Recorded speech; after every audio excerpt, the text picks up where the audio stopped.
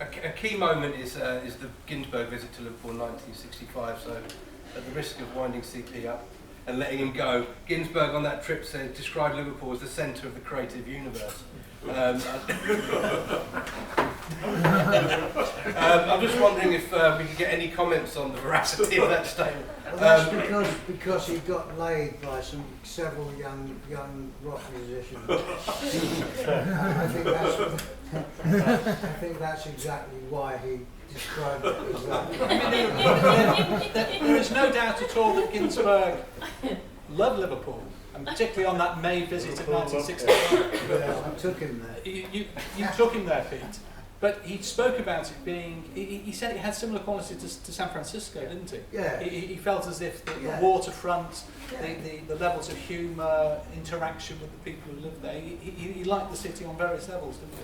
Yeah, I mean, talking of humour and Liverpudlian and northwestern British humour, that's another element, a very, very strong element in attitude and certain creative influences and heritage, because you've had this fantastic local heritage of wonderfully creative and very often quite surreal comedians. And then before that, the music hall tradition, which was very strong up here. And that was also a very strong contribution. In fact, obviously, when you go to Sergeant Pepper, for instance, then you find that they are drawing on that tradition.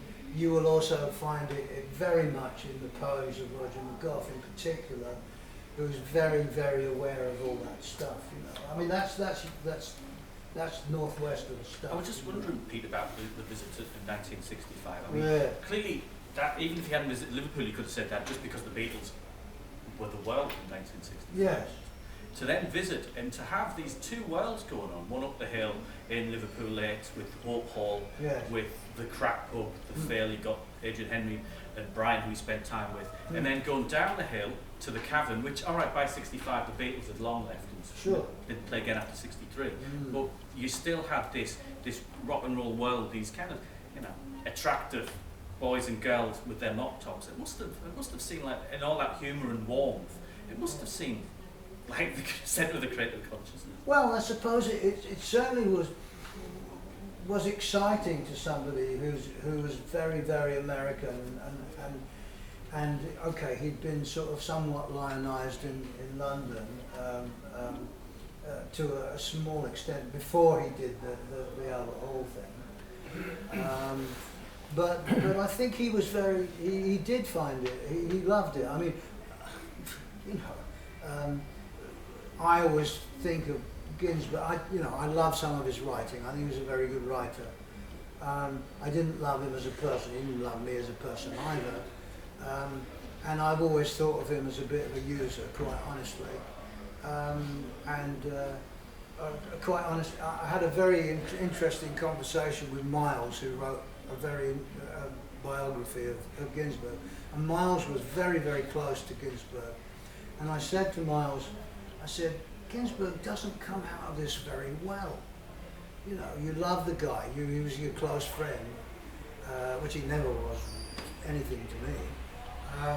And he said, and I said, he comes out of it as a bit of an exploiter and a bit of a user and a bit of a starfucker, and he said, yeah, I was trying to be honest about the whole thing and to be objective. And apparently Ginsberg wasn't all that happy with it, those aspects of it. But no, he was an inspirational force. There's no question about it. And of course, some of it was. I remember reading all these wonderful exploits of in the late 50s about the beach in America, hitchhiking everywhere and doing poetry readings and screwing everybody, and thinking, wow, that's the fantastic life. And I began hitchhiking everywhere in Britain and trying to screw everybody. and little realising that that's in fact not what they actually did. They only did it about twice, and I did it all the time. And I would hitchhike to Liverpool and get paid 10 shillings and maybe find a young lady for the night. I did it until I did the Albert Hall thing with them, and then after that I made a proper living. And ceased hitchhiking so much, but they never did it that much. And it's also worth saying, perhaps briefly, that Ginsberg talked about Liverpool being at this present moment the centre of the consciousness of the human universe. Yeah. But didn't he also say it about Baltimore? Milwaukee. So, under what circumstances he made those judgments, I do not know. Because he got laid a few times. Maybe. If we could bring things, hitchhike back down the East Lancs Road then, bring things back to Manchester. CP, if you could comment a little bit on how was Manchester in those times, the 60s, and your relationship with Liverpool? I lived in Liverpool for the summer of 1966, and I existed in Manchester as I was emerging like a butterfly from my chrysalis, and I didn't see very much difference between the two places. You remember the Rumbling Sun, the Sink, and the Hill, and all these places, the Crap and whatnot that we used to go to in Liverpool, and then in Manchester, before 1965 there had been 200 beat clubs in this city. So to me there wasn't a dichotomy or a dilemma between them. They were both very, very vibrant musically, and that was what interested me most at that particular time in 1966. Then by 67, when I was on the verge of becoming a professional musician, the idea of going up and down the East Lancs was intertradable. We had a residency in, I'm trying to remember the venue now, O'Connell's. We'd hang out in Matthew Street. That eventually became that we used to play at the stadium in Liverpool, then we played at Eric's. And there was none of this strange riot. Simon contacted me a few years ago where we were trying to work out why Manchester hated Liverpool and vice versa. And it's purely a football thing. It was never anything to do with the musicians. Even now, I'm big friends with Pete Wiley and other people like that. And I never understood it. It just seemed so strange. The very first Factory Records release was going to be Factory and Eric's, and it was a Liverpool-Manchester co-release. It didn't work out that way, but that's what it was supposed to be. In the 1960s, what I did recognise about Liverpool, it had a cachet to do with the Liverpool scene, which I hadn't quite understood the importance of Manchester in the universe at that point. Used to bow to it and say, yeah, this is where it's happening. But frankly, by 1966, it wasn't happening in Liverpool very much anymore. The bands who'd made it had gone, but there were a core of people still there, like say the Liverpool scene. Roger and Adrian, sundry others who still communed there. So we were involved with them, playing at places in Manchester. We played the Holsworth Hall. On Friday, I'm playing in Belfast with Bruce Bartol from Country Joe and the Fish, who I first met at the Holsworth Hall in Manchester in 1970, playing with the Liverpool scene, and he was playing with formerly Fat Harry. So the circles go on and on and on, and everything is interrelated.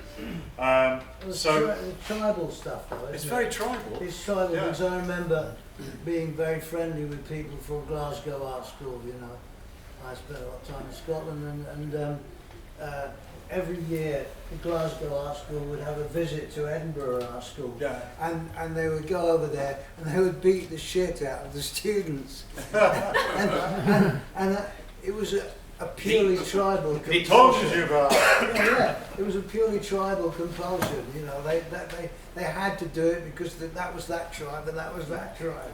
But it's also worth saying that there's been a great friendliness between musicians, and Chris and I came to this conclusion. He confirmed it, or helped confirm it. The rivalry between Manchester and Liverpool has been intense, certainly on the football front, but on the commercial front, in terms of civic pride, there is a tendency.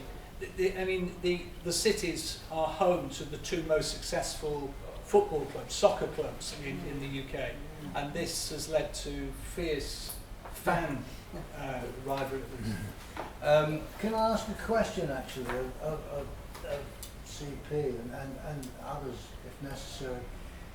Because I always found that another very important influence, especially in Liverpool, was the communists. There's a long history of communism in Liverpool. I'm wondering if that's paralleled in Manchester. I don't know so our much link about would be International Times, which eschewed CP politics, CPGB politics, Right. for an alternative, more anarcho-syndicalist or mad people. Or Okay. But yeah, the links between the Dockers in Manchester and the Dockers in Salford, Right. the trade union links in Trafford Park were very, very strong. And those links did spill into the art schools. Right. So Manchester Art School would be very leftist. In fact, there was an occupation in '68. Right. Same with Liverpool Art College and Goldsmiths and whatnot, Hornsey, particularly Yeah, in I was London. there. So there was that. There was a pool of resistance, Yes. we might call it. Right. So there was a very definite. There was a definite left-wing link, but it was trying to get rid of old-style labels, Right. I suppose. Yes. But that's a good point, Pete. Yeah. So your dad's a docker. You're all right with me, son, and all that kind of thing. Like that. Yes. And also, it may also have been an atmosphere which helped encourage the alternative cultural type things in both cities. Didn't you find that they all hated us because? No. Well, me, you'd go to what was the place in Covent Garden, the hippie gig, Heaven and Earth or something. Oh, Middle Earth. Middle I Earth. used to live there. The Covent Garden costermongers came out to thrash the mercilessly the market. hippies. Yeah. But that had been stirred up by the fucking press, you know. Yeah, and by the National Front And whoever was yeah. around there. That was also there was a phony rumour that young women were being abused in orgies, which was a total lies, you know.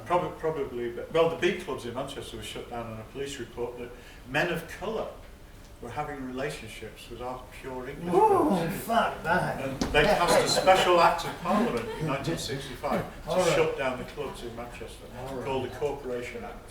And that's why that's why I went to Liverpool in '66. Right. Was because there were clubs there Yeah. that didn't exist anymore in Manchester. Can I just stay with Manchester? Sorry, Roger, we do know and we can link or see a trip that Ginsberg took to Manchester in 1979, which is quite a key point. At that point, he has a guitarist with him called Stephen Taylor. From Manchester? Yes. And I'm just wondering if you could comment on that. When we can analyse and chronicle a lot of the things that he did during that time. Yeah, my interest in all this is just like, well, why is it that Ginsberg only seemed to do one reading in Manchester? He came in June the 5th, 1979. He did a reading at the Central Library, which was the theatre under the library, which is no longer. They've renovated the library now. But he just came the once. So I've got a few questions around that. Some of you guys might be able to. But I'll say a bit more about the actual gig. So on that tour, I think in '79 Ginsberg was touring quite a lot in England. I think he came to England twice for extensive periods, like Cambridge, and travelled around to Basil Bunting, up in the north, did lots of stuff, went to the continent.